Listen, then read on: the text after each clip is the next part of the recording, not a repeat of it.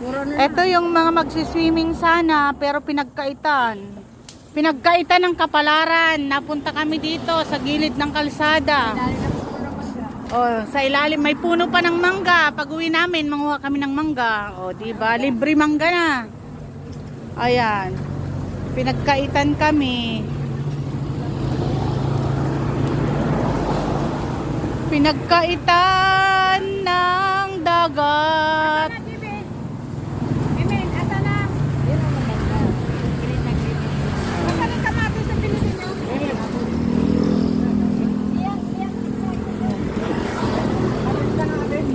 Ayan oh, ayun.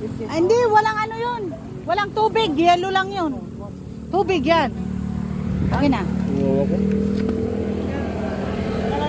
Akala nila, ano, tayo,